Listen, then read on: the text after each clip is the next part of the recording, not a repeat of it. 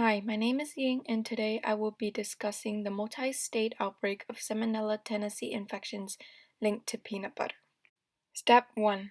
Background. To understand the case, you must first understand the basics. What is Salmonella? Salmonella is a common infection with Salmonella bacteria that infects intestinal tract. The two peanut butters involved in this case are Peter Pan peanut butter and Great Value peanut butter. Peter Pan peanut butter as well as Great Value peanut butter with a product code beginning with 2111 is made in a single facility in Georgia. Now we can move to Step 2. Step 2. Current situation. To look at the current situation of this case, we can look at it through a SWOT analysis point of view. Starting with strengths, we have that the CDC and FDA investigated the situation and advised people to stop consuming any Peter Pan peanut butter and Great Value peanut butter, beginning with the product code 2111. Another strength would be that the FDA officials and peanut butter manufacturers are working together to determine how the peanut butter was contaminated. However, a weakness would be that those who had already consumed the contaminated peanut butter are now ill. Nonetheless, an opportunity arises. With updated information and news reports, people know not to consume any Peter Pan or Great Value peanut butter, beginning with the product code 2111, of course. And last but not least, we have a threat being that those who do not pay attention to the news or those who don't have access to the media might still consume the contaminated peanut butter on accident. Moving forward, we have Step 3. Prioritize main issues. The main issue of this case is that Peter Pan peanut butter purchased since May 2006 and Great Value peanut butter with the product code beginning with 2111 may be contaminated and contribute to the cause of Salmonella Tennessee outbreak. As of March 7, 2007, there were 425 people infected from 44 states. Out of the 351 patients who had accessible clinical information, 71 or 20% of them were hospitalized. But an opportunity arises from this.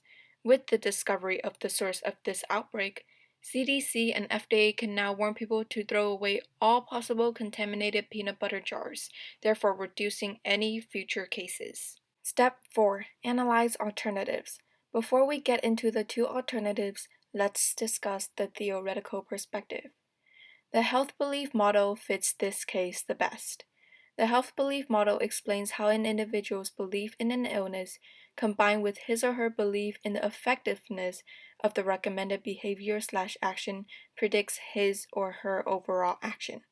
For example, say an individual does not actually believe that the peanut butter caused the illness.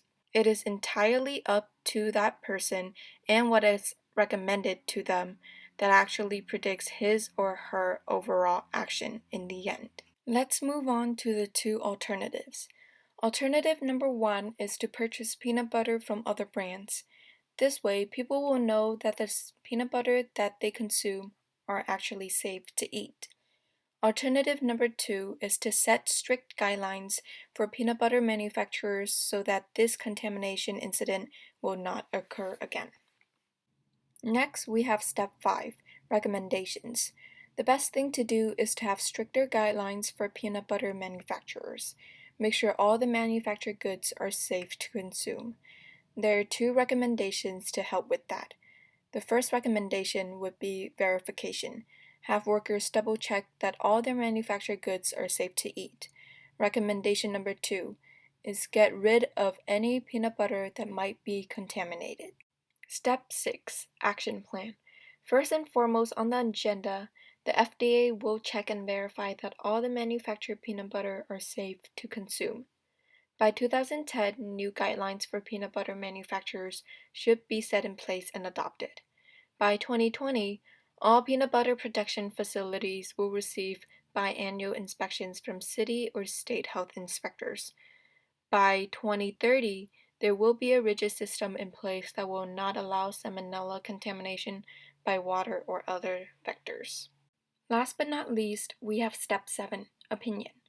I believe that with stricter guidelines, we can prevent Salmonella outbreak in peanut butter as well as other manufactured goods. As a person who likes peanut butter and eats it quite often, the Salmonella outbreak in peanut butter frightened me. The possibility of it ever happening and to me or my family just worries me.